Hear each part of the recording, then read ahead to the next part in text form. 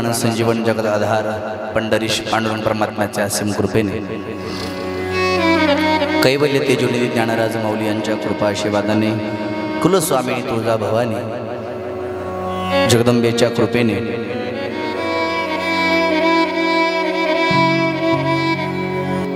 दत्त अवतार श्री नरसिंह सरस्वती महाराजांच्या पवित्र दरबारामध्ये भस्माचा डोंगर या तपोभूमीमध्ये इको कमी करतात आपल्याला दत्त कथा श्रवण करायला मिळते। आपलं सर्वांचं परम भाग्य आहे। आज दत्त कथेचा द्वितीय दिवस आहे। आपल्याला दत्त कथा अगदी थोड्यामध्ये जन्म करायचा आहे। काल आपण दत्त नामाचं महत्त्व, कथेचं महात्म्य, या स्थानाचं महात्म्य आपण पाहिलं। या स्थानावरती आल्यानंतर आपल्या जीवनामध्ये काय बदल होतो, इच्छित फळ प्राप्ती होते, याचं सर्व काल यथार्थ आपण वर्णन ऐकलेलं आहे। ग्रंथकार वर्णन करतायत दत्त प्रभूचा अवतार हा आगळा वेगळा अवतार आहे।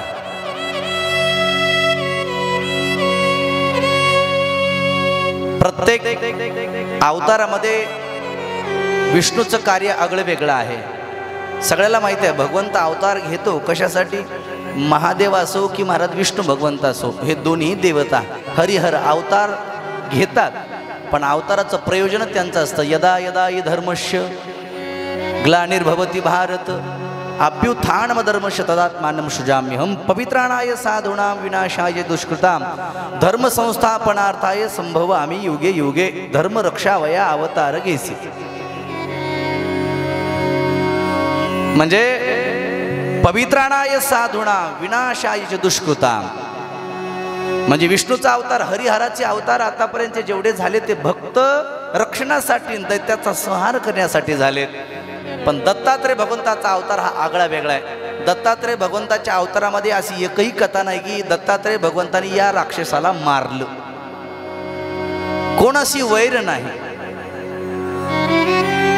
मार्गदर्शन करण्याचं काम केलेलं आहे फक्त या अवतारामध्ये।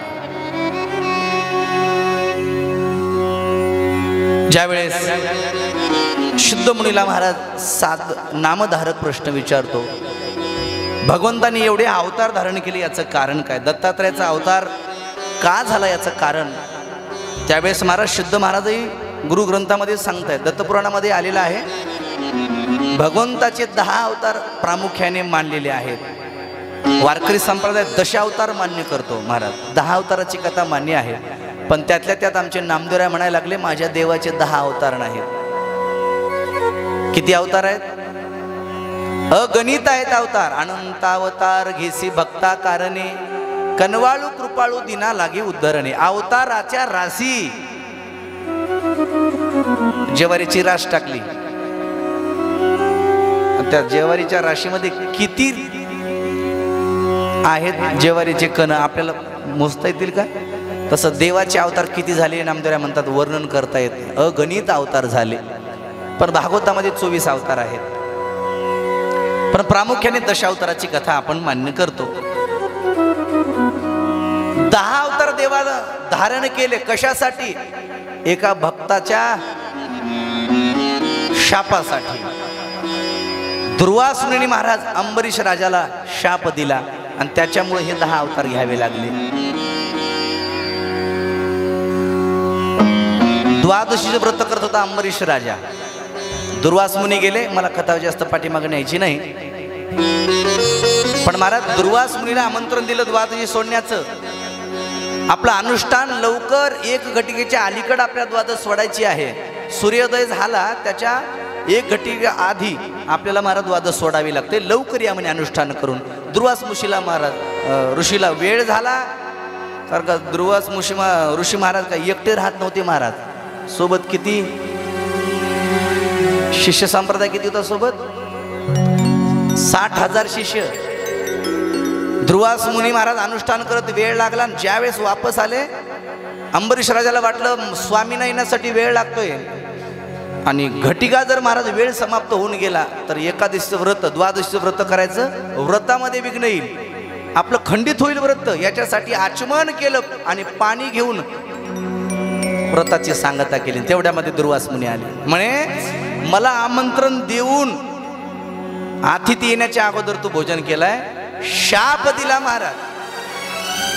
पण माझ्या भक्ताचा शाप खरा करण्यासाठी त्याला अजिबात त्रास होऊ नये म्हणून देव प्रकट समोर झाले आणि देवाने सांगितलं, दुर्वास मुनी तुम्ही दिलेला शाप मी माझ्यावर घेईन, माझ्या ह्याच्यासाठी मी 10 जन्म घेईन.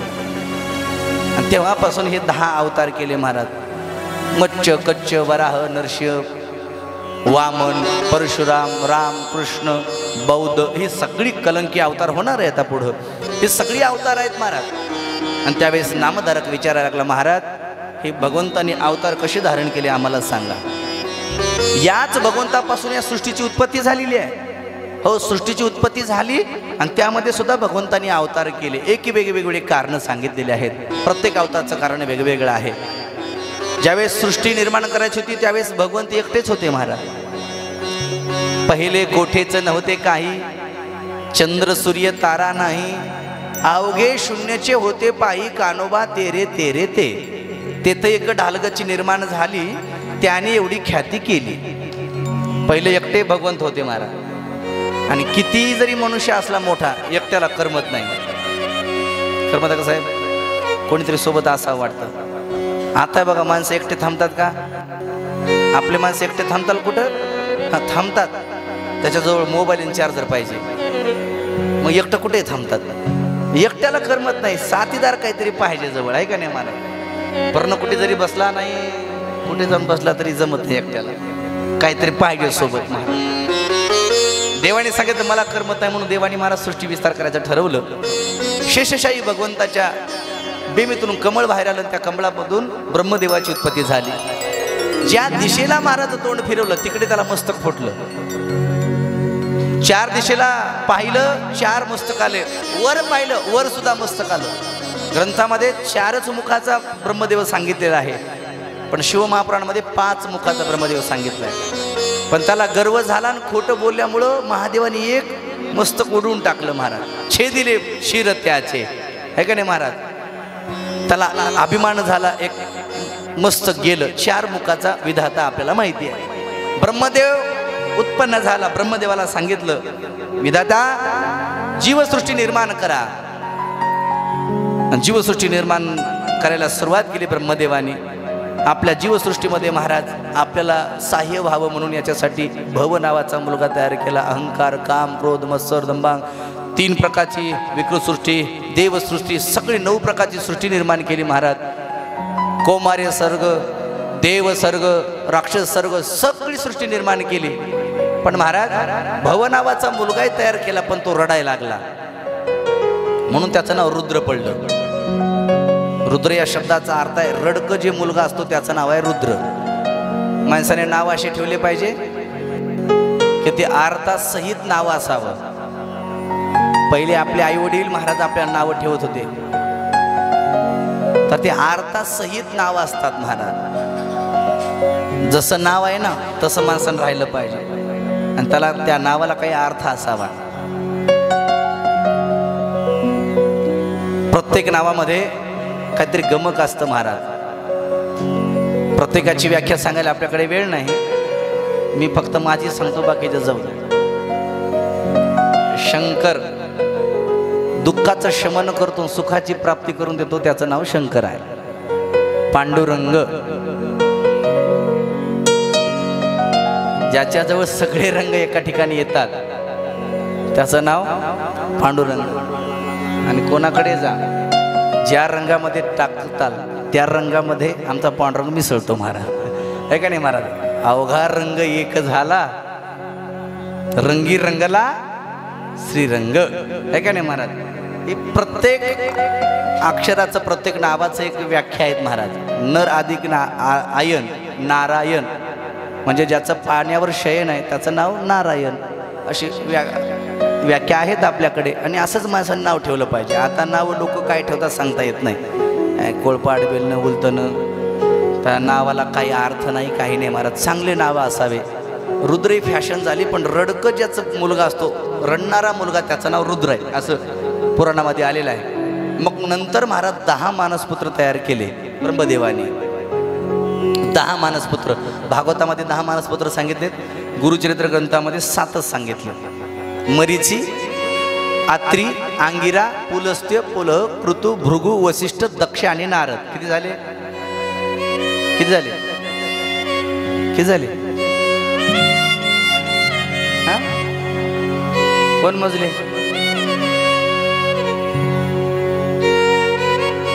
मोजा आता.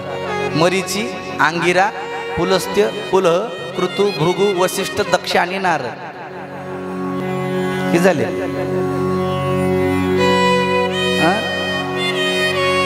10 झाले की नाही? चुकतच नाही, पाठच केले आहे की नाही? 10 झाले. साहेबांनी पाहिलं महाराज 10 झाले, पण गुरुचरित्रामध्ये 7च सांगितलेले आहेत. आता ऐका, आपल्याला अत्रि महाराजापर्यंत यायचे. अत्रि महाराज म्हणजे दत्तात्रय भगवंताचे वडील आहेत, ब्रह्मदेवाचे मानसपुत्र आहेत. आता ऐका, पण जीवसृष्टी वाढत नव्हती त्यावेळेस मात्र महाराज विधात्याला सांगितलं महाविष्णूने, अरे जीवसृष्टी अशी वाढत नाही, मग एक स्त्री आणि एक पुरुष निर्माण करा. ब्रह्मदेवाच्या उजव्या बाहूतून मनुराजा प्रकट झाले आणि डाव्या बाहूतून शतरूपा राणी प्रकट झाली. मनु आणि शतरूपा राणी हे पृथ्वीवरचं सगळ्यात पहिलं जोडपं आहे. सगळ्या पुरुषांना आपल्याला कळायला पाहिजे, आपल्या जातीचा पहिला पुरुष त्याचं नाव आहे मनु, आणि स्त्री जातीतली पहिली स्त्री तिचं नाव आहे कोण म्हणलं? हेमा मालिनी. कोण म्हणलं? शतरूपा राणी. लक्षात ठेवा, शतरूपा राणी पहिली स्त्री आहे. आणि मनु आणि शतरूपा राणीला महाराज 2 मुलं झाली, 3 मुली झाल्या. 2 मुलं आहेत, प्रियव्रत आणि उत्तानपाद. प्रियव्रत राजाचं लग्न झालं बहिष्मती बरोबर, तिला 12 लेकरं झाले. आणि उत्तानपाद राजाचं लग्न झालं सुरुची आणि सुनीती, तिला एक उत्तम आणि एक ध्रुव बाळ. ही कथा आपण भागवतामध्ये ऐकलेली आहे. 3 मुली आहेत, आकुती, देहुती आणि प्रसूती. आकुती रुची प्रजापतीला देण्यात आली, तिला 10 लेकरं झाले. आकुती. प्रसूती दक्ष प्रजापतीला देण्यात आली, आणि दक्ष प्रजापतीला 16 कन्या झाल्या. मैत्री, उन्नती, मेधा, धृती, मूर्ती, तितिक्षा, उन्नती, ह्या सगळ्या ज्या आहेत ना 16वी आवडती सती. आणि त्याच्यापैकी 13 धर्माला दिल्या, 1 पितृगणाला दिली, 1 अग्नीला दिली, आणि 16वी सती शंकरजीला दिली. लक्षात आहे, हे सगळा कथाभाग तिकडे आहे, तिकडे आपल्याला जायचं नाही. आपल्याला एकाच मुलीचा विस्तार करायचा आहे, बाकीचे उगोजरतं सांगितलं. 2 नंबरची कन्या, तिचं नाव आहे देवहूती. देवहूती महाराज कर्दम मुनीला देण्यात आली. विस्तार व्हायला लागला जीवसृष्टीचा, पण त्याच्यामध्ये एक विघ्न आलं. जीवसृष्टी राहण्यासाठी जी पृथ्वी निर्माण केली होती, ती पृथ्वीच हिरण्याक्षाने महाराज रसातळाला नेली. तेवढ्यामध्ये नामधारक विचारतो, महाराज रसातळा नेली पृथ्वी, तो हिरण्याक्ष हे कोणाचा होता? म्हणे हिरण्याक्ष आणि हिरण्यकश्यपू हे 2 भाऊ आहे. हिरण्याक्ष या नावाचा अर्थ आहे लोभ. हिरण्याक्ष म्हणजे लोभ, संचय वृत्ती ज्याची असते त्याला लोभ म्हणतात, आणि तो लोभ म्हणजे हिरण्याक्ष आहे. त्याचा लोभ एवढा वाढत गेला, एवढी संपत्ती गोळा केली, शेवटी पृथ्वीच रसातळा नेऊन ठेवली. महाराज जीवसृष्टी आता राहणार कुठे? ब्रह्मदेवाने भगवंताची विनंती केली, आणि भगवंतानी या हिरण्याक्षाचा वध करण्यासाठी वराह रूप धारण केलं. बोल वराह भगवान की. खाली गेले, त्याच्याबरोबर युद्ध केलं आणि पृथ्वीवर काढली. पण नामधारक म्हणायला लागला, महाराज पृथ्वीवर काढली. हिरण्याक्ष हे कोणाचा मुलगा होता? याच्या आईवडिलाची कथा काय? हिरण्याक्ष आणि हिरण्यकश्यपू यांच्या वडिलाचं नाव आहे कश्यप आणि दिती. दितीच्या पोटी जेवढे काही लेकरं झालेत ते उन्मत्त झालेले आहे, आणि अदितीच्या पोटी जेवढे झाले ते सदाचारी गुणसंपन्न झाले. आदितीचे वामन भगवान आहेत, बरं लक्षात घ्या. दितीचे हिरण्याक्ष आणि हिरण्यकश्यपू आहे. म्हणून बळीराजाला पाताळात घालणारा कोण होता? वामन. आणि वामन म्हणजे कोण होता? बळीराजा कोण होता? बळीराजा हिरण्यकश्यपूच्या महाराज वंश परंपरेमधला होता. कश्यप, कश्यपचा मुलगा हिरण्यकश्यपू, हिरण्यकश्यपूचा मुलगा प्रल्हाद, प्रल्हादाचा मुलगा विरोचन, विरोचनाचा मुलगा बळी. तेव्हापासून मन आहे महाराज, आपल्या घरचं वाटोळ दुसरे कोणीच करीत नाही, सगळे आपलेच करीत असतात. लक्षात ठेवा. बळीराजाच्या वंशपरेमध्येच आलेलाच वामन देव, बळीराजाला पात्रात कोणी घातलं? बळीराजाला पात्रात कोणी घातलं? वामनाने. आणि वामन कोणाचा आहे? यांच्याच कुळातला आहे ना, आहे का नाही महाराज? ते काय काय घर का धनी, काय म्हणतात, घर का धनी लंका. बस रावण मरतच नव्हता. रावणाला मारण्याचं गुडगम्य कोण सांगितलं? बिभीषणाने. म्हणून बाहेरच्या लोकांपासून सावध कमी राजा, पण घरच्या लोकांपासून सावध जास्त राजा, हे का नाही महाराज? कश्यप आणि दितीच्या पोटी हिरण्याक्ष आणि हिरण्यकशिपू जन्माला आले म्हणे. कश्यप तर ऋषी आहेत आणि यांच्या पोटी दैत्य कसे जन्माला आले म्हणे. सिद्ध महाराज म्हणायला लागले, अरे असं कधी कधी होतंय, कधी कधी असं होतंय. दारू पिणाऱ्याच्या घरी महाराज जन्माला येते आणि कधी कधी दारू पिणाऱ्याच्या घरी महाराज जन्माला येते आणि कधी कधी महाराजाच्या घरी दारू पिणार येते जन्माला. बस एकदा सायंकाळच्या वेळेला दिती माता नटली महाराज, सजली आणि मालकाच्या समोर जाऊन बसली. मालक सांगा मी कशी दिसते? म्हणजे विचारलं मालकाला. मालकाने सांगितलं, वा सुंदर दिसते म्हणे. आणि मग दिती म्हणायला लागली, माझा काम शांत करा. कश्यप म्हटले, दिती वेडी झाली, सायंकाळची वेळ आहे, कोणत्या वेळेत कोणते कर्म करावे याचं शास्त्र आहे. कोणत्या वेळी कोणते कर्म करत जाऊ नये महाराज. शास्त्राने काही कर्म करण्यासाठी वेळ घालवून दिलेली आहे. रात्री 4 प्रहर असतात, त्या 4 प्रहरामध्ये कोणते कर्म करायचे, दिवसाचे 4 प्रहर असतात, त्या दिवसाच्या 4 प्रहरामध्ये कोणते कर्म करायचे याचं शास्त्र आहे सगळं. पहिले प्रहर में सब जन जागे, दूसरे प्रहर में भोगी, तीसरे प्रहर में तस्कर जागे, चौथे प्रहर में योगी. पहिले प्रहर में सब जन जागे. पहिला प्रहर किती ते किती असतो रात्रचा? बर प्रहर किती दिवसाचा असतो काकू? प्रहर किती दिवसाचा असतो? हा 3 तास. 4 दिवसाचा नाही बरं, 3 तासाचा. 3 तासाचा असतो त्याला प्रहर म्हणतात. 60 मिनिटाचा 1 घंटा, 60 सेकंदाचा 1 मिनिट, 2 मिली सेकंदाचा 1 सेकंद, 1 सेकंदाचा अर्धा भाग असतो त्याला हल म्हणतात. हलाच्या निम्म असतं त्याला पल म्हणतात आणि पलाच्या निम्म असतं त्याला मुहूर्त म्हणतात. बघा आता माऊली ज्ञानोबा ज्यावेळेस समाधीला बसले ना, त्यावेळेस पलभर सूर्य थांबला होता. पलभर. मुहूर्ताला एवढी किंमत असते बरं. म्हणून लग्नपत्रिका टाकावं लागतं. 12:27 लग्न लागेल आणि त्याच मिनिटावर लागलं तर नीट राहतंय, नाहीतर आमुष्या इकडं हे काय नाही मला असलं होतं महाराज. ते मुहूर्ताला किंमत आहे. मुहूर्ताच्या दुप्पट असतं त्याला पल म्हणतात, हल म्हणतात. हलाच्या दुप्पट त्याला पल म्हणतात आणि पलाच्या दुप्पट त्याला मला निमिष, निमिषाच्या दुप्पट असतं त्याला सेकंद म्हणतात. आणि मग मिनिट, तास आणि 3 तासाचा 1 प्रहर असतो. 6 ते 9 यामधला पहिला प्रहर असतो रात्रीचा. पहिले प्रहर में सब जन जागे. पहिल्या प्रहरमध्ये सगळे जागी असतात. दुसरे प्रहर में भोगी, विषय लोक, भोगी लोक 9 ते 12 या वेळेमध्ये असतात जागी. तिसरे प्रहर में तस्कर जागे. तस्कर म्हणजे भूत पिशाचे असतात ना संध्याकाळी फिरताना, हे 3ऱ्या प्रहरामध्ये असतात. तस्करी करणारे लोक, चोऱ्या करणारे, कोणाचं वाईट करणारे लोक. महाराज लय अवघड आहे. आता बघा तुम्ही आरतीला जा. पांडुरंग महाराज म्हणले, महाराज तुम्हाला गाणगापूर तेवढं माहिती नाही, एकदा जा आरतीला. काल आरतीला गेलतो मी. महाराजाला म्हणलो, महाराज तुमचं डबल दर्शन घेतो. मी डबल जाईना म्हणलो. रात्री मलाच भीती वाटायला लागली. आम्ही इथे येऊन वापस जाऊन आम्ही महाराज ते भस्म आणलं आणि भस्म लावून झोपी गेलो मी. बघा ना काय मिळतो महाराज, अवघड आहे. काय मिळतं असेल महाराज त्याला, ज्याला काही बहानामती करतात ते काय असे महाराज अंगावर टाकतात. आज सकाळी आपले पोरं गेले होते, आपले वैभव दादा गेले होते म्हणे मंदिरात. महाराज 4 वर्षाचं पोरग गडबडा लोळत होतं म्हणे महाराज मंदिरामध्ये. काय मिळत असेल 4 वर्षाच्या मुलाला, त्याला त्रास देऊन काय मिळत असेल सांगा ना.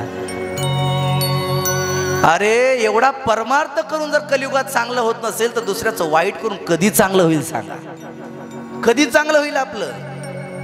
लक्षात घ्या, कितीही माणसाने परमार्थ करू द्या, कितीही वाऱ्या करू द्या, कितीही नामचिंतन करू द्या, जोपर्यंत तुमचं अंतःकरण शुद्ध होत नाही, जोपर्यंत तुमच्या लक्षात येत नाही आपण चांगलं दुसऱ्याचं केल्याशिवाय देव कदापिही आपलं चांगलं करू शकत नाही, कधी चांगलं होत नाही आपलं. काय मिळत असेल महाराज. कशा बघा ना कशा माता भगिनी, काही पुरुष मंडळी कोणी डोकं आपटे तर काय काय महाराज अवघड आहे महाराज. हे तस्कर करणारे हे 3ऱ्या रात्री जन्म महाराज सगळे विवरत असतात. 3ऱ्या प्रहरामध्ये 4थे प्रहर मी योगी उठा उठा साधू संत साधा आपुले हित जाईल हा नर देह मग कैचा भगवंत उठोनी वेगेसी उठा जागे भारे आता स्मरण करा हरिनाथा भावे चरणी ठेवा माता सुखवीर थान माता धनदारा पुत्र जन बंधु सोई रे पिशोन. ही सगळी महाराज सकाळी काकड्याची जी आहे ना, भूपाळी असेल वासुदेव असेल, सगळं जे आहेत ना हे जागवण्याचे प्रकरण आहेत. जगजोगी जगजोगी जाग जाग बोलती जगजोगी जगजोगी जाग जाग बोलती. ही सगळी प्रमाण आहेत महाराज, जागल्या प्रकरण आहे. उठा की जी माय बाप कशी लागली झोप हुजूरनी जाणून या चुकवा एवढी खेप. हे सगळे जागल्याचे प्रकार आहेत. हे जरी नाही काल मग दुसरा येईल, हे जरी नाही काल सरते शेवटी बा काळ बांधून नेईल सरते शेवटी बा. एका जनार्दनी आमचे काही बा जाईल पिंगळा माद्वारी बोल बोलोतले का पिंगळा माद्वारी पिंगळा माद्वारी बोल बोलोतले का पिंगळा माद्वारी पिंगळा माद्वारी बोली बोलत देगा पिंगळा माद्वारी पिंगळा माद्वारी बोली बोलत देगा पिंगळा माद्वारी. हे सगळे काकड्याचे. महाराजांनी सांगितलं सकाळी काकडा होतोय आपल्या इथं आणि काकड्याला येत चला. काकड्यामध्ये देवाचा आणि आपला किती जवळचा संबंध आहे हे कळतो महाराज. हे जग कसला हे काकड्यात कळतं, एरवी कळत नाही. हे भोपाळ्या वासुदेव जागल्या पिंगळा भैरा मुक्का हे जे प्रकरण आहेत का नाही, हे तुम्हाला ऐकण्यासाठी महाराज असं महाराजांच्या सप्त्यात तरी यावं लागतं, नाहीतर आषाढी कार्तिकीच्या वारीला जावं लागतं. आणि आषाढी कार्तिकीच्या वारीत गेलं ना प्रजित दादा, हे वारीमध्ये चलताना हे प्रकरण ऐकायला मिळतात. कोणते प्रकरण? भोपाळा पांगळ्या वासुदेव आंधळा मुक्का जात हे सगळे प्रकरण दिंडीत गेल्यास ऐकायला मिळतात. ते बी चांगल्या दिंडीत गेलं तर. तुकार दिंडीत गेले की नुसते प्रकरणच ऐकायला मिळतात. लय अवघड आहे महाराज. याची पिशवी त्यानं नेली, त्यानं पाकिट ह्यानं मारलं, याच्याशिवाय दुसरं काय ऐकायला मिळत नाही. हे काय महाराज, ही 4थे प्रहर में योगी, 4थ्या प्रहरामध्ये योगी जागी राहतात. हे तिथी ही सायंकाळची वेळ आहे. या वेळेमध्ये शंकर पार्वतीचा फेरा निघतो. म्हणे नाही, आता स्त्री हट्ट आहे महाराज. 3 हट्ट सांगितले शास्त्रामध्ये, बाल हट्ट, राज हट्ट, स्त्री हट्ट. ते कोणी असो त्याला हात टेकवावे लागतात. नावीला झाला आणि त्याची वासना पूर्ण केली. पण कश्यप मुनी महाराज शास्त्र पारंगत होते. सांगितलं, दिती अवेळी माझ्याकडून कुकर्म करून घेतलंयस, याद राख म्हणे, तुझ्या पोटी येणारी संतती चांगली निपजणार नाही, तर तुझ्या पोटी येणारी संतती राक्षस जन्माला येईल. आणि नामधारका, त्यामुळं कश्यप ऋषी जरी असले तरी त्यांच्या पोटी हिरण्याक्ष आणि हिरण्यकशिपू जन्माला आले, लक्षात घ्या. आणि याच हिरण्याक्षाचा वध करण्यासाठी भगवंतांनी स्पेशल अवतार धारण केला आणि हिरण्यकशिपूचा वध करण्यासाठी सुद्धा स्पेशल अवतार धारण केला. अवधूत चिंतन श्री गुरुदेव दत्तात्रय भगवान की. मग पृथ्वी आली, मग विस्ताराने महाराज सगळी जीवसृष्टी वाढायला लागली. मग मात्र भगवंताने सांगितलं, कर्दमा माझी इच्छा आहे तुम्ही लग्न करावं, तुमच्या पोटी मला अवतार धारण करायचा आहे. मनु आणि शतरूपाराने सांगितलं, तुमची 2ऱ्या नंबरची कन्या देवहूती माता तुम्ही कर्दमाला देण्यात यावी. कर्दमाला देण्यासाठी महाराज मनु, शतरूपारा आणि देवहूती माता हे 3 जण कर्दम मुनीच्या आश्रमात आले. महाराज कर्दम महाराजांचा आश्रम असलं होतं, एवढं भारी आश्रम होतं. त्या आश्रमाचं वर्णन करतात महाराज, निर्वैर आश्रम होतं म्हणे, निर्वैर आश्रम. तिथं कोणाचं कोणाशी वैर नाही. सिंह आणि शेळी एका टोपल्यात पाणी पित होते, साप आणि उंदीर एका बिळामध्ये राहत होते. कसलं निर्वैर आश्रम असं, आपल्या घरच्या घरी पटना. निर्वैर आश्रम होतो. आश्रम खूप मोठा होता. मनु महाराजांनी बघितला आश्रम, म्हणे वा छान आहे म्हणे. तेवढ्यामध्ये जावाई बघितले, होणारे आता कर्दम महाराज. मग तो म्हणे वा सुलक्षणी शास्त्र पारंगत होणारा जावाई आहे. सासून सगळं बघितलं आश्रम, म्हणे वा होणारा जावाई श्रीमंत आहे. कारण का ज्या पोराला मुलगी द्यायची त्या पोराकडे 5 नजरेने माणसं बघत असतात. लक्षपूर्वक ऐका, 5 नजरेने बघत असतात महाराज. कन्यावर येते रूपम माता वित्तम पिता श्रुतम बांधव कुल मिश्यन्ते मिष्टाने इतरे जना. कळलं का नाही? सांगतो. कन्यावर येते रूपम, ज्याच्या सोबत आपल्याला लग्न करायचंय ना त्या होणाऱ्या मार्गाकडे पैसा किती आहे, लोक त्याला किती मानतात, याचं काही देणं घेणं नसतं महाराज. कन्यावर येते रूपम, ज्याच्याशी लग्न करायचंय तो मुलगा दिसायला कसा आहे एवढं तिला वाटतं. हँडसम आहे का एवढं पोरीला वाटतं. कन्यावर येते रूपम माता वित्तम. सासू काय म्हणते माहिती का, पोरीची माय जावाई काळा डांबर का असणार, पण कसा असला पाहिजे, पैसेवाला असला पाहिजे. कन्यावर येते रूपम माता वित्तम पिता श्रुतम. पोरीचा बाप म्हणत असतो आपला जावई होणारा सुलक्षणी असावा, शास्त्र पारंगत असावा, विद्यावंत असावा, गुणवंत असावा.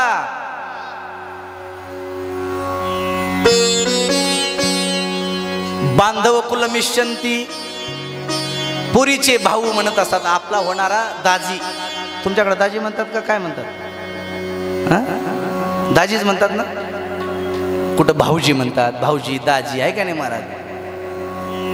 ते होणारा आपला भाऊजी दाजी कसा आहे, कुळामधल्या कोणता आहे, वागायला कसा आहे, बोलायला कसा आहे, त्याचं बाहेर काही स्टेटस आहे का नाही, लोक त्याला मानतात का नाही, हे सगळं विचार करत असतात. बांधव कुल मिश्यन्ति. लग्नाला गेलेली माणसं, नवरी कशी आहे, नवरदेव कसा आहे, मंडप कसा आहे, नवरीच्या बापाने किती व्याजाचे पैसे काढलेत, हुंडा किती दिले, काही नाही. शुभमंगल भिमऱ्या धर पंगत काय केले बघा आधी, काय काय नाही महाराज. हे कुठेही असतात महाराज. सप्त्याला न्या, तीर्थयात्रेला न्या, वारीला न्या, नाही तर कुठेही न्या. लोक ते म्हणत असतात फक्त महाराज संध्याकाळी जेवायला काय ते सांगायचं आम्हाला, काही देणे की नाही बाकीचं. कन्यावर येते रूप माता वितम पिता श्रुतम बांधव कुल मिश्यन्ति मिष्टाने इतरे जना. हे सगळं पाहिलं, सगळ्याला आवडणारा आश्रम होतं. पाहिलं, वा म्हणे चांगला आहे आश्रम. बसले. कर्दम महाराजाला कळालं सासू आणि सासरा आलाय आणि होणारी बायको सुद्धा आली. परीक्षा घ्यायची म्हणे आता मुलीची. त्याच्यासाठी महाराज कर्दम महाराजांनी 3 आसनं टाकले. 3 आसनं. कर्दम महाराज म्हणले आसनावर जर पोरगी बसली की नापास. परीक्षा होती. 3 आसनं टाकले. पहिल्या आसनावरती मनुराजा बसले, दुसऱ्या आसनावरती शतरूपा राणी बसली. आता 3रं आसन आहे.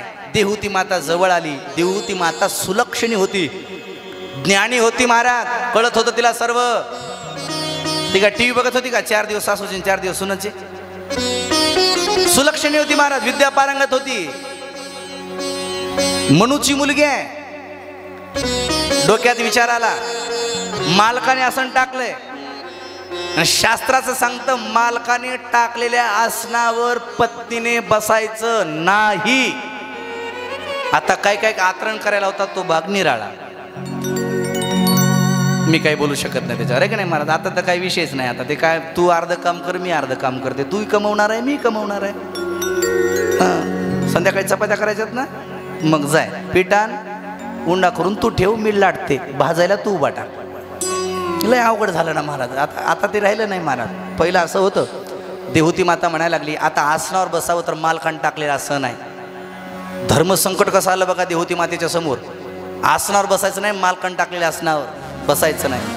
आणि दुसरं शास्त्र असं सांगतं, कोणी जर तुम्हाला बसण्यासाठी आसन टाकलं आणि तुम्ही जर त्या आसनावर जर नाही बसलात तर त्या आसनाचा अपमान होत असतो बघा.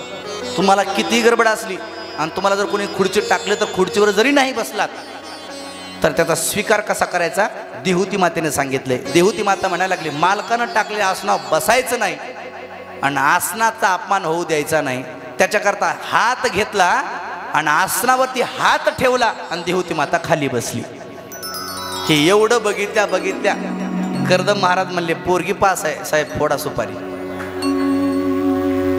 हे पहिलं होतं बरं सुदाम दादा. आता बघत बसू नका असलं. आता काय नाही, परीक्षा घ्यायचं आता बंद झालं. आता पोरीची संख्या कमी झाली. पहिलं होतं. आता इथं जुन्या माता बघणी आहेत. माय पहिलं लग्नासाठी माय परीक्षा घेत होते की नाही पोरीची?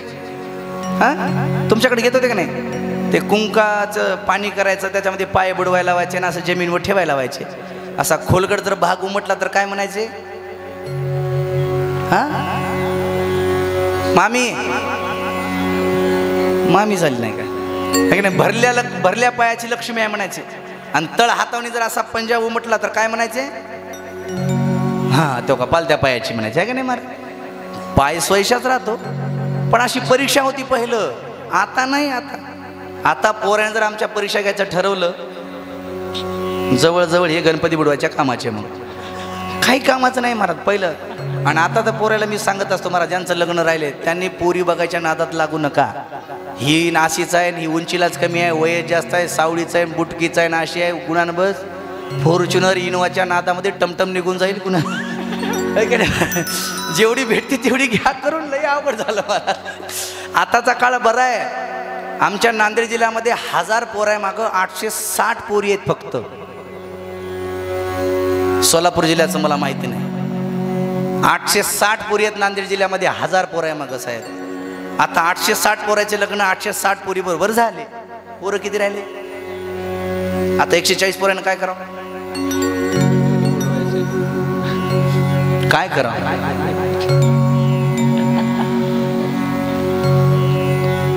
काही नावीलाज आहे मला. मग काय नाही, ही परिस्थिती आहे सध्या. आणि सध्या आता अशी झाली वैभव भाऊ, पोरी नापास करायत पोराला. मी नांदेडच्या पलीकडे खुरगावला कथेला गेलो महाराज. तिथली मुलगी बँक मॅनेजर झाली. तिनं 4 पोरं नापास केलेत. म्हणे माझ्या बरोबरीचंच नाही म्हणे. खरंच आहे, परिस्थिती अशी आली महाराज. आमच्या मुली कुठे 1 नंबर, आमचे पोरं कुठे टपरीवर. लय अवघड झाला ना महाराज. पोरीला टक्केवारी बघा 96%, 97%, 98%, 90% घेतले तरी महाराज मुली रडतात कमी मार्क पडले म्हणून. आमचे पोरं अरे वैभव आणचू ना 35.36 पडे पट्ट्याला. अरे कुठल्या कुठं तू आहे, काय काय कमाल आहे ना महाराज. तिथे सगळं गेलं महाराज. मी तर कधी कधी मिळताना सांगत असतो, येणाऱ्या काळामध्ये साहेब सध्या आता पोरी नापास करायचं का नाही, येणाऱ्या काळामध्ये आता सध्या पोरी बघायचा कार्यक्रम चालू आहे, येणाऱ्या काळामध्ये मुलं बघायचा कार्यक्रम सुरुवात होणार आहे. तुम्हाला आज खोटं वाटेल, येणाऱ्या काळामध्ये तुम्ही आहेत, मी आहेत बघायला. रविवारी पोरगी फोन करणार बापाला, पप्पा आज मला वेळ आहे, पोरगं बघायचा ला. आणि पोरीचा बाप मग पोराच्या बापाला फोन करणार, हॅलो सोयरे हो, आमच्या मुलीला आज वेळ आहे, तुमचं पोरगं बघायला आम्ही यायलो. मग पोराचा बाप म्हणणार, बाब्या साबण तोंड धुई, तुला पोरगी बघायला आली. मग ते सगळा कार्यक्रम त्यानंच करणार. लय अवघड झालं ना महाराज. ही परीक्षा घ्यायचं आता बंद झालं, त्या काळामध्ये परीक्षा असायची. कर्दम महाराजांनी ही परीक्षा घेतली देहुती मातेची. म्हणे वा, मला पाहिजे तशी मुलगी मिळाली, मी लग्न करायला तयार आहे देहुती, पण माझी एक अट आहे. म्हणे काय अट आहे? लग्न करतो पण एक मुलगा जन्माला आला की मी संन्यास घेणार. देहुती माता हुशार होती. देहुती माता म्हटली, एक मुलगा झाला झाला संन्यास घेणार ना तुम्ही? मला अट मान्य आहे, चला लग्न करा. लग्न झालं. असे अनेक वर्ष गेले आणि कर्दम महाराजांनी तपानुष्ठान सुरुवात केलं महाराज. पण माझी देहुती माता रोज उठायची, पतीची सेवा करायची महाराज. एक दिवशी कर्दम महाराजांची समाधी उत्थान झाली आणि कर्दम महाराजांनी पाहिलं, आप कोण हो? बायकोला विचारायला लागले कर्दम महाराज. देहुती मातेने सांगितलं, मालक मी तुमची दासी आहे, मी तुमची पत्नी आहे, मनू आणि शत्रुपाराणाची मुलगी आहे, आपलं लग्न झालंय. म्हणे अरे माझ्या लक्षातच नाही. योग सामर्थ्याने महाराज पुष्पक विमान घेतलं, पृथ्वीची प्रदक्षिणा सगळं दाखवलं देहुती मातेला आणि विचारलं, देहुती तुझ्या सेवेवर मी प्रसन्न आहे, काय मागायचे ते मला माग. पत्नीचं काय असतं? म्हणे काही नाही मालक, तुमची जी इच्छा असेल ती माझी इच्छा आहे. आणि मग लक्षात आलं, आपण हिला वचन दिले एक मुलाच. आणि पाहता पाहता देहुती मातेला दिवस गेले महाराज. पाहता पाहता दिवस गेले, 9 महिने 9 दिवस पूर्ण झाले आणि पहिली मुलगी जन्माला आली. मुलगी जन्माला आली, नाव ठेवलं आणि कर्दम महाराज म्हणायला लागले, देहुती आता मी येतो, संन्यास घेतो. देहुती माता म्हणली, संन्यास घेता येणार नाही. कर्दम महाराज म्हणले, बॉन्ड काढू का लिहिलेला? तुला सांगितलं होतं एक मुलगा झाला की मी संन्यास घेणार. देहुती माता म्हणली, बॉन्ड नाही, रजिस्टर केलेलं सगळं काढा कागदपत्र. त्याच्यावर काय लिहिलंय बघा, काय लिहिलंय? पोरग झाल्या संन्यास. काय झाली? पोरग झाल्याशिवाय संन्यास नाही. देहुती काय चतुर आहे म्हणे. हा मी चतुरच आहे म्हणे तशी. आणि पाहता पाहता मग कर्दम महाराज राहिले. दुसऱ्यांदा ही मुलगीच झाली. तिसरी मुलगी, चौथी मुलगी, पाचवी मुलगी, सहावी मुलगी, सातवी मुलगी, आठवी मुलगी, 9व्यांदा ही मुलगीच. कर्दम महाराज म्हणले, देहुती तुला काय पोरग होईना आणि मला काही संन्यास मिळेना. देहुती माता म्हणली, मुलगा झाल्याशी सुटका नाही. आता लक्षपूर्वक आहे का, ह्या 9 मुली दुसऱ्या कोणी नाहीत महाराज. 9 मुली म्हणजे नवविधा भक्ती आहे. श्रवणम, कीर्तनम, स्मरणम, पाद सेवनम, अर्चनम, वंदनम, दास्य, सख्य, आत्मनिवेदनम. ह्या 9 प्रकारच्या नवविधा भक्ती आहे. नवविधा भक्ती पार केल्याशिवाय देव कसा येईल घरला? ते देव काय बाजारचा भाजीपाला आहे का? 300 रुपये दिले भाजीपाला घरला घेऊन आलं म्हणायला? अजिबात नाही महाराज, असा देव घरला येत नाही. नवविधा भक्ती पार करून पलीकडे जावं लागतं महाराज. नवविधा भक्तीच्या नवरात्रा कराव्या लागतात. म्हणून दुर्गादेवीचा उत्सव सुद्धा किती आहे? 9 दिवस आहे. आणि ते 9 दिवस जागरण करावं लागतं. 10व्या दिवशी दशहरा म्हणजे मीपणा जाळा आणि मग देव यायला वेळ लागत नाही. आणि एकदा नवविधा भक्ती पूर्ण झाली, 10वा राक्षस रावण अहंकार मारला रे मारला. मग कोजागिरी पौर्णिमेचं दूध प्यायला मिळतं, चंद्र निघतो, सुख मिळतं. मग दिवाळी, दंदन दिवाळी. हे सगळी बघा सणाची परंपरा सुद्धा तशीच आहे. नवविधा भक्ती पार केली. आता नवविधा भक्ती 9 मुलीचे महाराज नाव आहे. कला, अनुसया, श्रद्धा, हवीरभाऊ, गती, क्रिया, ख्याती, अरुंधती आणि शांती. हे 9 मुलीचे नाव आहेत. 10व्यांदा देहुती मातेला दिवस गेले महाराज.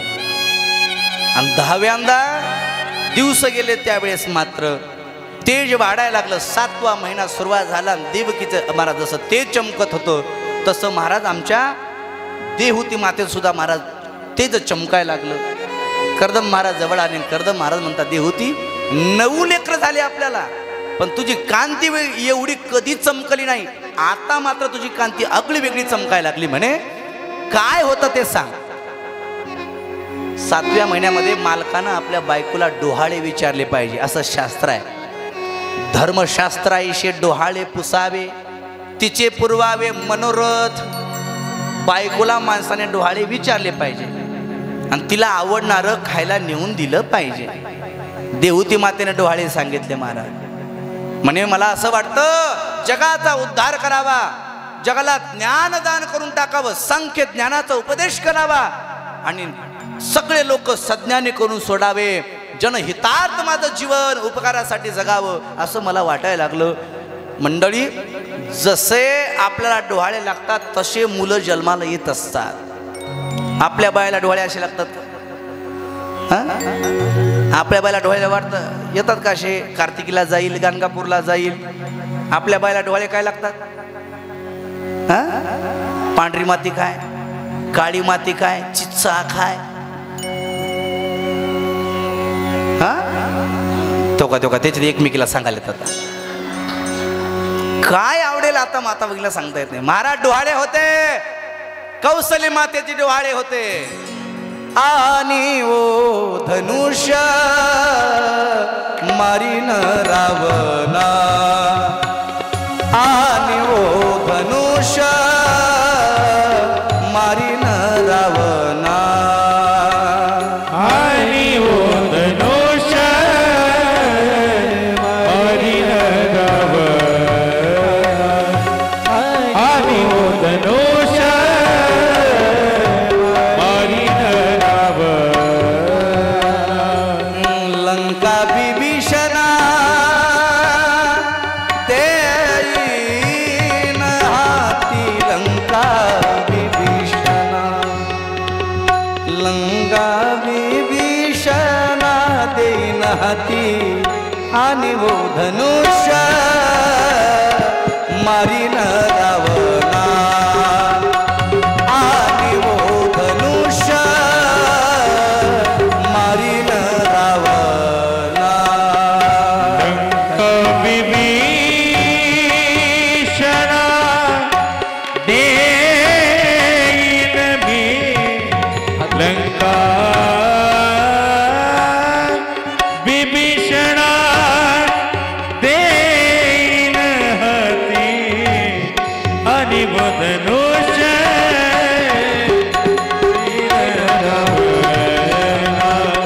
आणि वो धनुष्य मारीन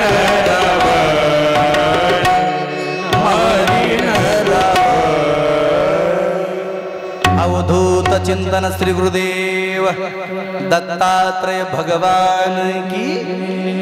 हे कौसली मातेचे डोहाळे आहेत, देवकी मातेचे डोहाळे आहेत. महाराज सगळ्याचं मर्दन करील, गाईचं रक्षण करील, गो ब्राह्मण प्रतिपालक होईल, गोपालकाला करेल आणि पांडवाचा सहकारी होईल. हे देवकीचे डोहाळे आहेत. जसे आपल्याला डोहाळे लागतात तसे जन्माला मुलं येत असतात. माझ्या मासाहेब जिजाबाई साहेबाला डोहाळे लागले होते महाराज. यवनाचा नाश करील, कुतुबशाही, हुकुमशाही, आदिलशाही सर्व सत्ता निस्त नाबूद करून या पृथ्वी तलावर हिंदवी स्वराज्य निर्माण करील, ही श्रींची इच्छा. श्रींची इच्छा म्हणजे कोणाची इच्छा? जिजाऊ मासाहेबांची इच्छा आहे हिंदवी स्वराज्य निर्माण व्हावं, ही श्रींची इच्छा. आणि जसे डोहाळे लागले तसा मुलगा महाराज पोटी प्राप्त झाला. शिवस्वरूप शिवाजी महाराज जन्माला आले. बाळकडू सुद्धा तसाच माझ्या आईने पाजला होता. अरे छत्रपती शिवाजी महाराज घडण्याच्या पाठीमागे सगळ्यात मोठा वाटा जर कोणाच्या हिश्श्याला जात असेल ते माझ्या मासाहेबाला जातो महाराज. कारण का मुलगा कसा घडवायचा आहे हे आपल्या मनावर असतं. माता भगिनी तुमच्या मनावर असतं तुमचा मुलगा कसा घडवायचा आहे ते. आणि मुलगा चांगला जन्माला बाबा याच्यासाठी महाराज गर्भवती स्त्रीने कधीच पेपर वाचायचे नसतात. छत्रपती शिवाजी महाराज जन्माला आले, बाळकडू कसा पाजला महाराज. जिजामातेला डोहाळे लागले होते त्यावेळेस जिजामातेनं रामायणाचं पारायण केलं, महाभारताचं पारायण केलं, भागवताचं पारायण केलं, म्हणून पोटी शिवछत्रपती जन्माला आले. लक्षात घ्या.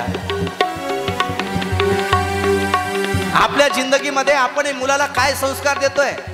गर्भवती स्त्री महाराज आता डॉक्टर सांगायला लागले काम करू नका, हालचाल करू नका, त्याला भरपूर वेळ आहे.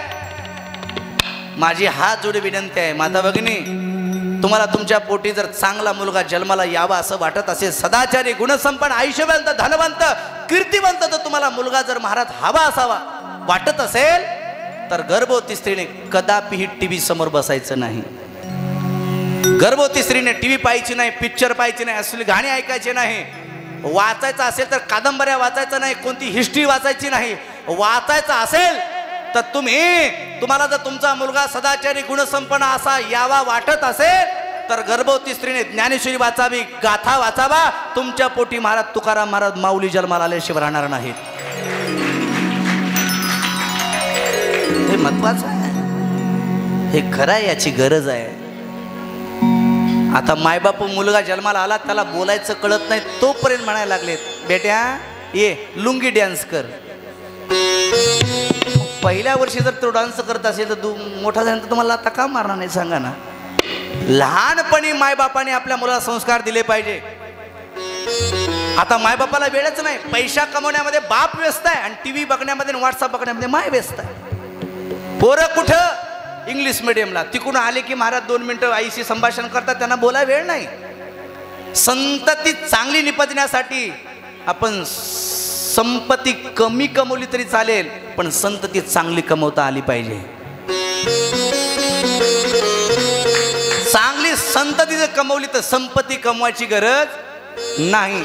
आणि किती संपत्ती कमवा, संतती चांगली निघाली नाही तर जेवढी संपत्ती कमवली तेवढी लयाला गेल्याशिवाय राहत. अवधूत चिंतन श्री गुरुदेव दत्तात्रय भगवान की. चांगले मुलं जन्माला आले पाहिजे महाराज. लक्षपूर्वक ऐका.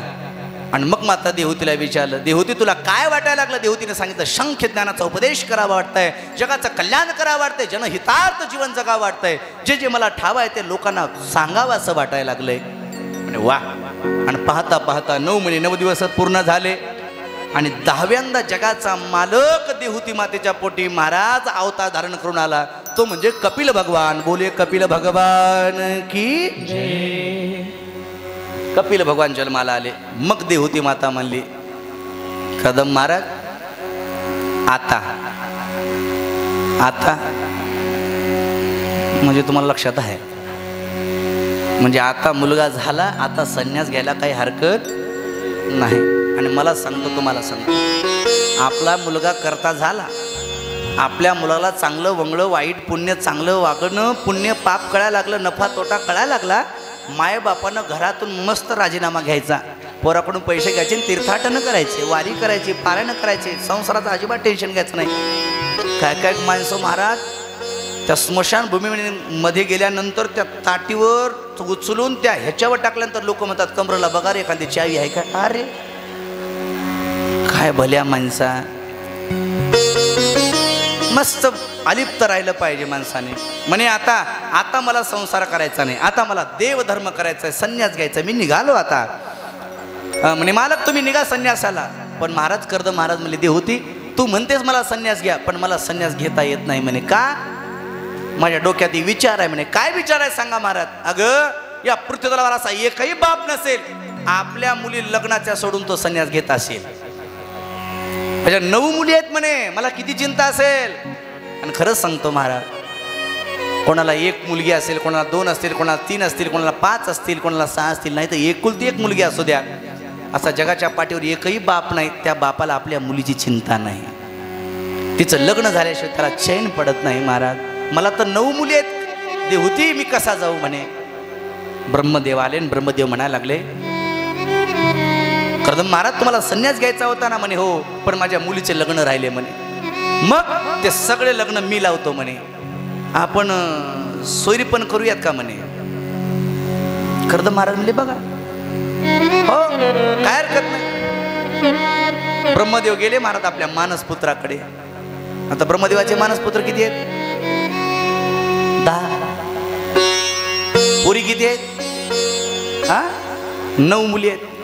ब्रह्मदेव गेले आणि ब्रह्मदेव म्हटले मरीची जी पप्पा म्हणलं नसल, पण आता करण्यासाठी घ्या ओळखून आता आहे का नाही. काय पिताजी लग्न करायचे का? बघा आता सगळ्याचे व्हाले तर माझं एक करा. मरीची लग्न करायचे? हो पप्पा. सगळा बाजूला. अत्री लग्न करायचं का? हा दादाने केलं मला करायचंय. अंगिरा तुला? हा मग दोघांना केलं. मी का तसाच राहू काय? मला काय जमीन नाही का काय नाही? सगळ्याला विचारलं आणि शेवटी नारदाचा नंबर आला.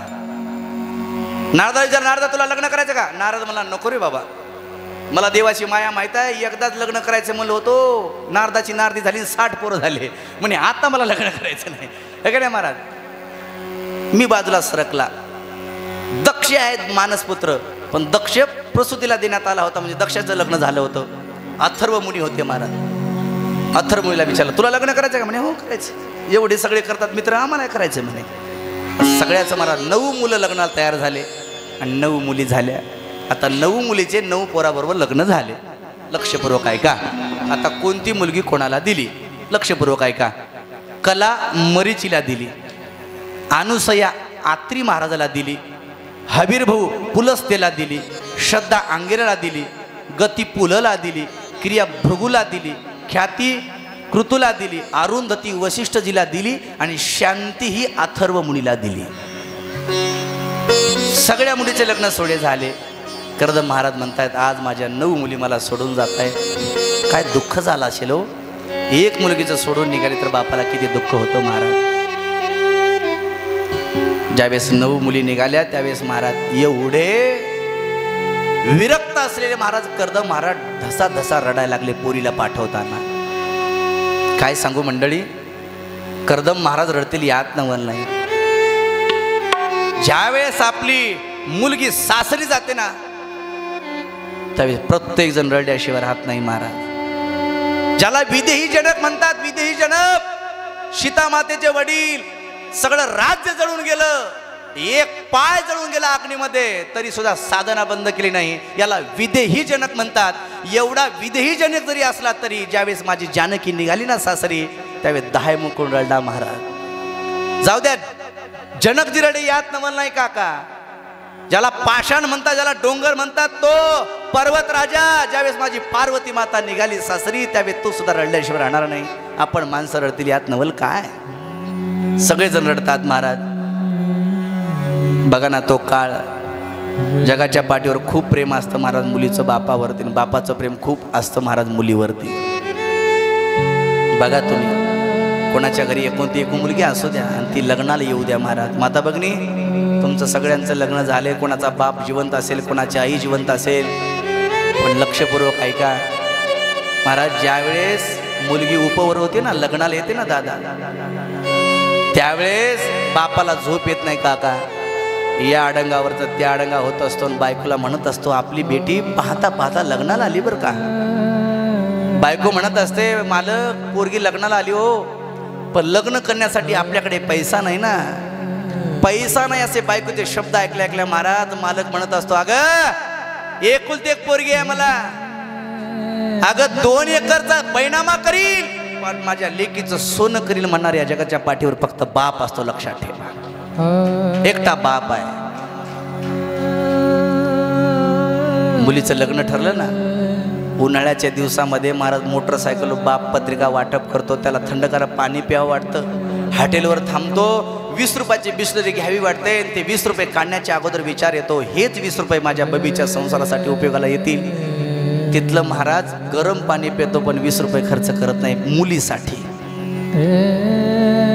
आचार्याच्या पाया पडतो महाराज, बँडवाल्याच्या पाया पडतो, मंडपवाल्याच्या पाया पडतो, कॅमेरावाल्याच्या पाया पडतो, सगळ्याला म्हणतो माझ्या मुलीचं लग्न यावर का. लग्नाचा समारंभ असतो महाराज, सगळे पाहुणे रावळे मंडपात येतात.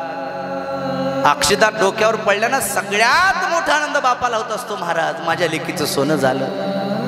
एका झाडावरचे पक्षी जसे निघून जावे तसे सगळे पाहुणे निघून जातात आणि त्या मंडपामध्ये पडलेले ग्लास उचलणारा फक्त बाप मुलीचा उभा असतो. आणि मुलीचे महाराज खूप बापावर प्रेम असतं. माता भगिनी तुमचा बाप आठवा, ती वेळ तुमची आठवा ज्यावेळी तुम्ही घर पहिल्यांदा सोडलं. महाराज मुलगी खूप बापावर प्रेम करते. बेटी जब घर छोड़ती है सिर्फ और सिर्फ बाप की भला ही चाहती है असं म्हणतात महाराज. आणि ज्यावेळेस बिदाईचा वेळ येतो ना, गाव येतं सगळं मुलीला वाटवण्यासाठी. महाराज ती मुलगी प्रत्येकाच्या गळ्याला पडते हो, आईच्या गळ्याला पडते. आईला सांगते, आई अगं माझ्या वडिलाला तू टोचून बोलते. आई माझे वडील दिवसभर शेतात काम करतात आई आपल्यासाठी. अगं संध्याकाळची वेळ झाली की माझे वडील घरी येतात ग, पण तू रोज माझ्या वडिलाला टोचून बोलते. आई माझे बाबा रागाने जेवण न करता झोपी जातात. माझी विनंती आई सकाळची भाकर संध्याकाळी दे, पण माझ्या वडिलाला टोचून बोलू नको. आपल्याला भावाला म्हणत असते, दादा अरे आपल्या बापाने आपल्या शिकवण्यासाठी सावकाराचे व्याजाने पैसे काढले रे. अरे दिवाळीला सगळ्यासाठी बाप नवे कपडे घेतो, पण स्वतःसाठी कधीच नवे कपडे घेत नाही महाराज. त्याच्यासाठी मात्र दिवाळी नसते, त्याच्यासाठी तोच शिमगा असतो. फाटके कपडे घालून दिवाळी साजरा करणारा बाप असतो.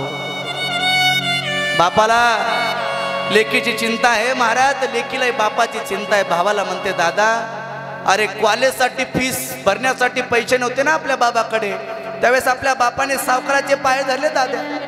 सावकाराने पैसे दिले नाही दादा, त्यावेळेस बुट्टा सगळ पाया पडला रे आपल्यासाठी आपल्या बापाने.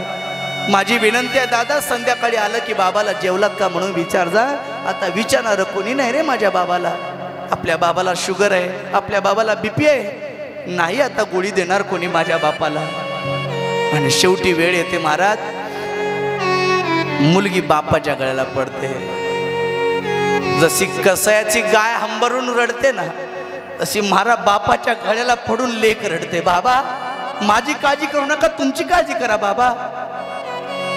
लेक रडते, बापाला रडता येत नाही महाराज.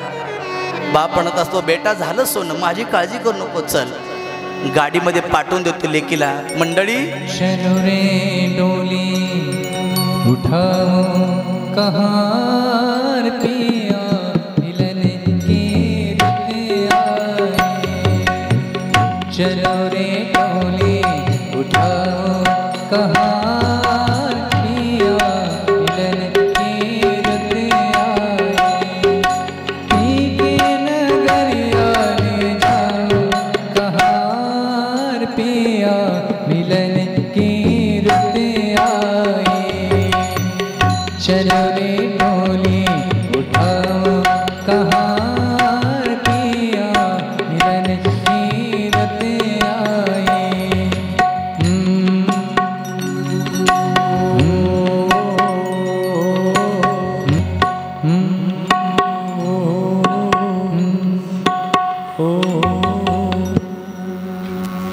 वा, एकदा जोरदार टाळ्या वाजवा आमची. ज्यावेळेस बाप लेकीला पाठवतो ना,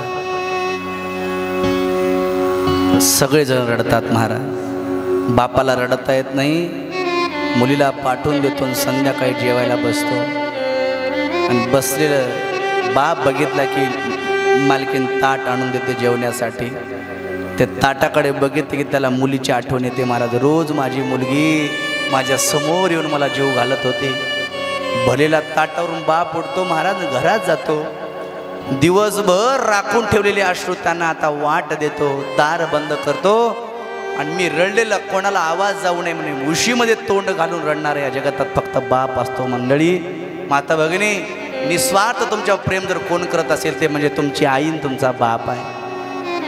तुमच्या माहेरात माता भगिनी, जोपर्यंत तुमची आई जिवंत आहे, तुमचा बाप जिवंत आहे, तोपर्यंत तुमचं माहेर आहे. ज्या दिवशी तुमच्या माहेरातली आई गेली, ज्या दिवशी तुमच्या माहेरातला बाप गेला, तुमचा आहेर कोणी करणार नाही महाराज. माहेर या शब्दाचा अर्थच आहे जिथं लेकीचा सतत आहेर केला जातो, त्याचं नाव आहे माहेर. माता भगिनी, तुमची आई असावी, जा वाकडी, हातात काठी, आईनं अडकवलेलं गेटपर्यंत येते. म्हातारी माझी छकुली आली, माझी बबी आली, अंगावरून कुटका ओळून टाकते, पाय द्वाय पाणी देते. हे प्रेम फक्त माय आहे तोपर्यंत मिळतं, बाप आहे तोपर्यंत मिळतं. माता भगिनी, माय जिवंत असताना जा, तुम्हाला मागण्याच्या अगोदर सगळं मिळतं. आणि माय मिळाल्यानंतर पुन्हा एकदा माहेरा जा, 10 मिनिटं दारात उभा टाकते, पाय धुवाय पाणी मिळत नाही. ही फक्त प्रेम माय बाप करू शकतात महाराज, पुन्हा नाही मिळत. हे निस्वार्थ प्रेम करणाऱ्या जगतामध्ये व्यक्ती दोन आहेत, आई आणि वडील. म्हणून म्हणतात ना, या जगतामध्ये बाप सगळ्यात महत्वाचा आहे महाराज. बाप वरून जरी नारळासारखा टणक असला तरी आतून मात्र महाराज गोड आहे हो. त्याच्यासारखा दुसरा कोणी नाही, बाप नाही.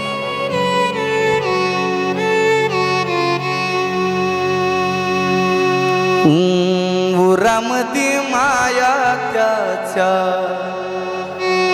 काळ्या मेघावा दाखविना कधी पुन्हा डोळ्यात लपा. झिजू झिजू संसाराचा गाडा हाकला वटावरी आसू परी कनावा कला. घडीभर तू थांब जरा ऐक त्याची धापण लई अवघड है गड्या उमगाया बापर उमगाया बापर. त्याच्या फाटक्या सदरेला किती ठिगळ जोडलेली उभ्या आयुष्याला त्यानं कशी कातर लावलेली. मला कसं होत या कोणी बाबा म्हणताना पुरी हुंद का दाटतो या गोष्ट बापाची सांगताना. जोपर्यंत बाप आहे ना तोपर्यंत मुलीवर निस्वार्थ प्रेम करणारे व्यक्तिमत्व आहे. कर्दम धसा धसा रडायला लागले, माझ्या मुली मला सोडून चाललाय. 9 मुली पाठवून दिल्या आणि कर्दम महाराज संन्यास घेण्यासाठी निघून गेले. कपिल भगवंतांनी महाराज आपल्या आईला सांख्य ज्ञानाचा उपदेश केलेला आहे. अपरोक्ष ज्ञान म्हणजे काय, परोक्ष ज्ञान म्हणजे काय, माया म्हणजे काय, वैराग्य म्हणजे काय, हे सगळी महाराज सांख्य ज्ञान सगळं आईला सांगितलं महाराज. आणि मग देहूती माता म्हणते माझं आत्मकल्याण मला माझ्या मुलामुळं माझं झालं. कपिल भगवंत म्हणाले आई तुला आता काही संशय म्हणे आता अजिबात नाही. महाराज आपला मुलगा आईचा गुरु झाला, आईला उपदेश केला आणि कपिल भगवंत म्हणले आई आता तू मुक्त हो, मी जगाच्या कल्याणासाठी मी आता तीर्थयात्रा करणार आहे. आणि कपिल भगवंत जगाचा उद्धार करण्यासाठी पुढे निघून गेले. त्यावेळी शुद्ध महाराज म्हणायला लागले आता एक नामधारका आता तुला काही ऐकायचं का. त्यावेळेस नामधारक म्हणायला लागला अहो महाराज गुरुवर्य 9 मुलीपैकी 2 नंबरची मुलगी अनुसया ती अत्री महाराजाला दिली, यांच्या पोटी दत्तात्रय भगवंत जन्माला आली. याची थोड्या वेळामध्ये आपण कथा पाहणार आहोत. एकदा सर्वांनी 2 मिनिटासाठी टाळी वाजून भजन करायचं आहे. 3 गुणावर विजय मिळवलाय त्याचं नाव आहे अत्री. प्रत्येकाला अत्री होता येतं, प्रत्येकाला अत्री होता येतं पुरुष मंडळी. 3 गुणावर विजय मिळवला पाहिजे असे अत्री महाराज आहेत. त्यांची पत्नी अनुसया माता आहे. अनुसया माता म्हणजे पतिव्रत आहे. एकदा सत्यलोकामध्ये नारदजी गेले. कथाभाग सगळ्याला माहित आहे आणि 5 वाजलेत बरं का, त्याच्यामुळे मी थोडं शॉर्टकट सांगतोय. पुढं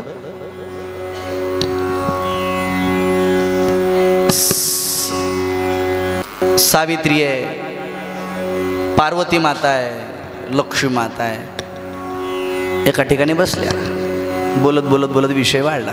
नारदजी पाहिले, नारदजीला विचारलं नारदा आलात तुम्ही म्हणे हो सहज आलो.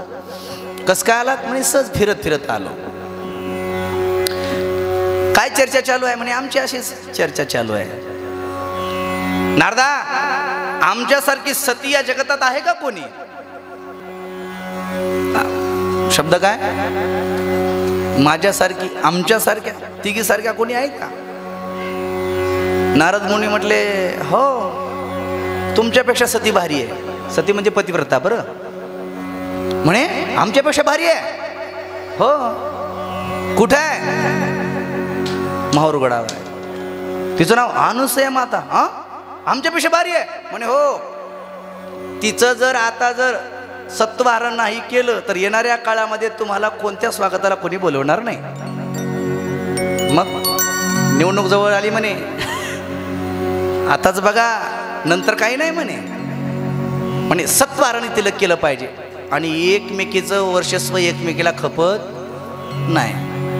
आता इथल्या सगळ्या माता भगिनी एका कुटुंबातले आहेत, मी त्यांच्याच कुटुंबातला आहे. तरी बघा तुम्ही इथं आलेलं बघतात का नाही, ह्यांचे पैसे असतात, सगळे यांच्या जवळ असतंय, पण कथेला बसलं तरी दुसऱ्या बाईकडे बघतात, तिच्यापेक्षा माझी साडी भारी आहे, तिची 2ची असेल, नाही नाही नाही नाही नाही माझी 23ची आहे, 200 ना गाव आहे. विषय असतो त्यांचा महाराज, म्हणजे माझ्यापेक्षा तिनं भारी आहे. मग सत्वारण करायचं. संध्याकाळची वेळ झाली, तिन्ही मालक आले घरी, रुसलेला बघितला चेहरा.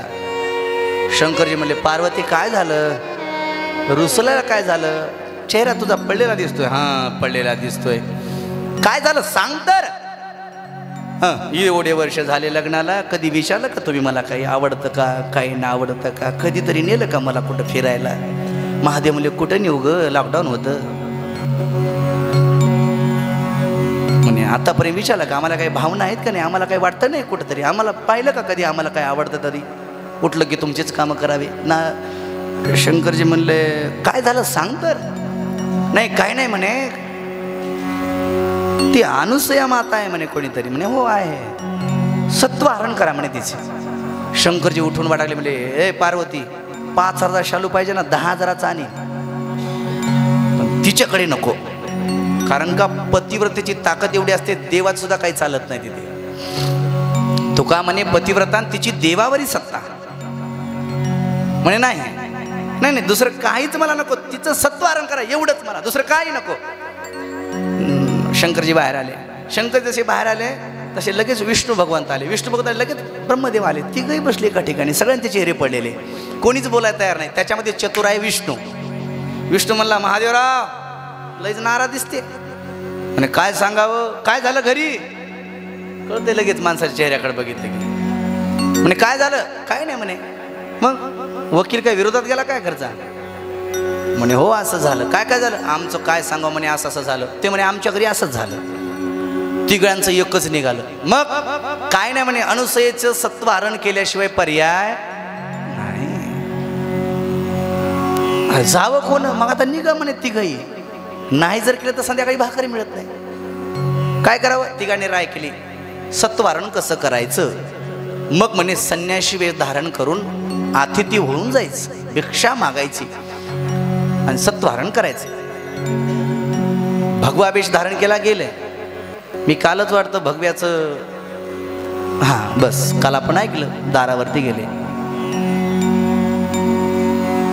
कोरांना भिक्षान देही माते, हवा दिला. अनुसया माता आली, महाराज वाढणार धान्य. तितक्यात सांगितलं, आम्हाला असलं नकोय, आम्हाला आमच्या मनावर पाहिजे, तुमच्या मनावर घ्या. काय पाहिजे, इच्छा भोजन पाहिजे. इच्छा भोजन, चला ठीक आहे.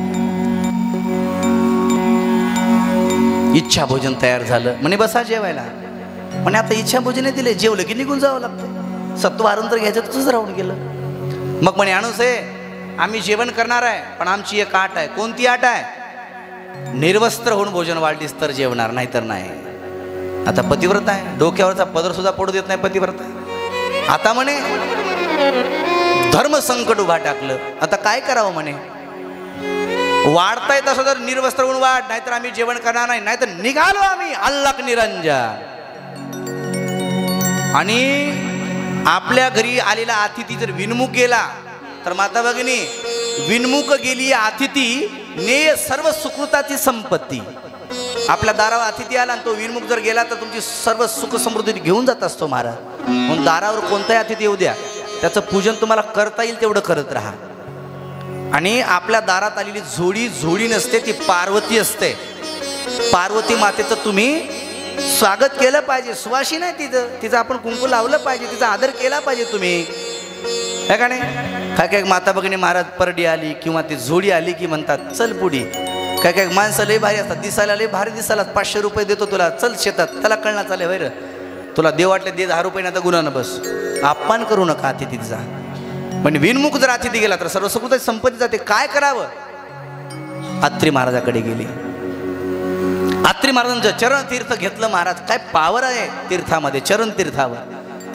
अत्रि महाराजांचं चरण तीर्थ आणलं महाराजांनी. तिघाच्या अंगावर शिंपड्या शिंपड्या तिने देव बाळ झाले. आणि आईला आपल्या मुलासमोर निर्वस्त्र व्हायला काही लाज नाही. स्तनपान केलं, पाळण्यात टाकलं आणि सुंदर महाराज गीत गायला सुरुवात केली. महाराज ऋण झुन पायी पैजने पायामध्ये वाळा, निज निज बाळा नको वाजवू रे कुळकुळा, माझ्या बाळा निज निज बाळा नको वाजवू रे कुळकुळा. निज निज बाळा नको वाजवू रे कुळकुळा, निज निज बाळा नको वाजवू रे कुळकुळा. सोनियाचा पाळणा रेशमाची दोरी झोका देते नाना परी, सोनियाचा पाळणा रेशमाची दोरी झोका देते नाना परी. गाणे गाऊनी हलवी सुंदरी लागू दे डोळा बाळा निज निज बाळा नको वाजवू रे कुळकुळा,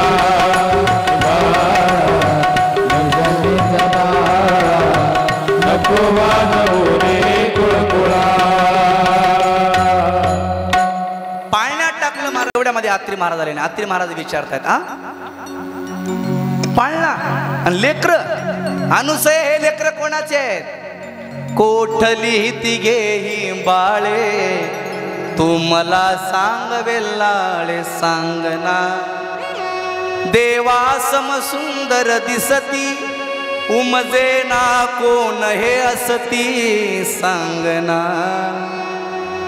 बाळाची माता कोठे आपुले घरी आली का ते सांगना. हे अनुसय हे लेकर कुठले आहेत सांग मला. त्यावेळेस आत्री मातेने प्रश्न केल्यास अनुसया माता म्हणते, महाराज हे बाळ थोर दैवाचे भाग्याने लाभले साचे मुनिवरा मुनिवरा.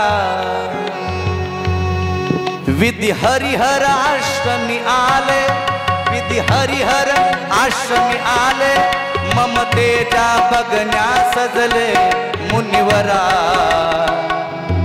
मुनिवरा. पदतीर्थ प्रभावे आपुल्या, पदतीर्थ प्रभावे आपुल्या, बालक हे आपुले झाले मुनिवरा. हे मुनिवरा हे बालक आपुले झाले, सालोनी घरासी आले, आपुले भाग्य ते झाले, भाग्योदय आपुला झाला, वदतसे सती त्या मुनीला मुनिवरा. हे मुनिवरा मुनिवरा, हे मुनिवरा मुनिवरा, हे मुनिवरा. अवधूत चिंतन श्री गुरुदेव दत्त दत्तात्रय महाराज की जय. असे काही दिवस निघून गेले. मग मात्र अनुसय मातेची कीर्ती वाढायला लागली आणि इकडे नारदजी पुन्हा सत्यलोकात गेले. तिन्ही माता एका ठिकाणी बसल्या. म्हणे आपण मालकाला काम सांगितलं, आणखी मालक घराकडे आले नाहीत. नारदा आमचे मालक कुठे गेले सांग. नारद म्हणले मला काय माहित, मला काय माहित. आणि सगळं कोण केलंय? तूच केलंय ना, सांग आमचे मालक कुठे आहेत. मग अनुसयेच्या घरचे बालक झालेले सगळा वृत्तांत सांगितला. म्हणे आता वापस कसे आणायचे? जसे मालक भिकारी होऊन गेले तसे तुम्ही जा भिकारी होऊन. काय ताकद असेल अनुसई मातेची, जगाचा मालक भिकारी केला आणि पुन्हा मालकीने सुद्धा भिकारी केल्या. ही पतीवरची ताकद आहे महाराज. आणि मग घरी आले. अनुसई आम्हाला वाढ काय पाहिजे? धान्य नको, हे पाळण्यात ते बालका आम्हाला देऊन टाक. अनुसई माता घेऊन जा. गेली मारा, पळतच गेली. पार्वती माता म्हणे बाई मालकाला कधी काम सांगितलं नाही, मालकाला काम सांगितलं एवढा वियोग घडला, आता पहिल्यांदा जाऊन शंकरजीला उचलून घेते म्हणे. गेली तिन्ही बालक बघितले, सारखे दिसायला लागले. म्हणे बाई महादेव म्हणून जर उचललं म्हातारं ब्राह्मदेव हाताला तर कसं करावं म्हणे, लय आवड. मग महाराज अनुसय मातेला पुन्हा विचारला, अनुसय आम्हाला कळत नाही, आमचा मालक तूच दे. देव सहजासहजी कळत नाही. देव कळण्यासाठी संतांच्याच मार्फत जावं लागतं तर देव कळतो. हरिप्राप्तीशी उपाय धरावे संताचे ते पाय. हो ना, रुक्मिणी माता सुद्धा एकदा देवाला ओवाळा गेली. देवाने सगळेच काकड्या आलेले माणसं देवरूप केले, सगळे सारखे दिसायला लागले. लाजले गे मायाता कौना ओवाळू, जिकडे पाय तिकडे चतुर्भुज गोपाळू. वाळू मी गेले माय गेले द्वारके, जिकडे पाहे तिकडे चतुर्भुज सारखे. लाजले गे मायाता कोणा ओवाळू, जिकडे पाय तिकडे चतुर्भुज गोपाळू. ओ देवा, सगळे सारखे दिसायला लागले, कोणाला ओळखून कोणाला ओवाळू. नामदेवा म्हणले, आई साहेब मालक तुम्हाला ओळखू येत नाही का? आधार कार्ड बघितला होता, साक्षात आहे म्हणे. आम्हाला ओळखू येत नाही नारदा आपलं नामदेवा. मग नामदेवानं सांगितलं, महाराज देव कोण आहे? वैजयंती माळगळा श्रीवत्सलांछन, विष्णुदास नामायाने दाविली खुन. अनुसय माता म्हणते, तुम्हाला तुमचे मालक ओळखू येत नाहीत? या, हा घे ब्रह्मा, हा घे विष्णू, हा घे शंकर. आणि मग महाराज भगवंताने आपलं प्रगट रूप धारण केलं. अनुसय मातेने दर्शन घेतलं. अनुसय माता मध्ये, देवा तुम्ही चाललायत पण आता पाळणा रिकामा ठेवता येत नाही, काय करावं? त्यावेळेस सांगितलं, अनुसय घाबरू नको, आमच्या तिन्ही देवाचं एकत्रीकरण म्हणून एकच महाराज अवतार आम्ही धारण करू, तो म्हणजे त्रयमूर्ती दत्तात्रय भगवंताचा. मार्गशीर्ष पौर्णिमेच्या दिवशी दुपारी 12 वाजता तुझ्या घरी आम्ही अवतीर्ण होतील. आणि म्हणून महाराज 12 वाजता भगवंत अवतीर्ण झाले आणि जगाचे तारणहार करण्यासाठी भगवंताने अवतार धारण केला, तो म्हणजे दत्तात्रय भगवान. बोले दत्तात्रय भगवान की जय.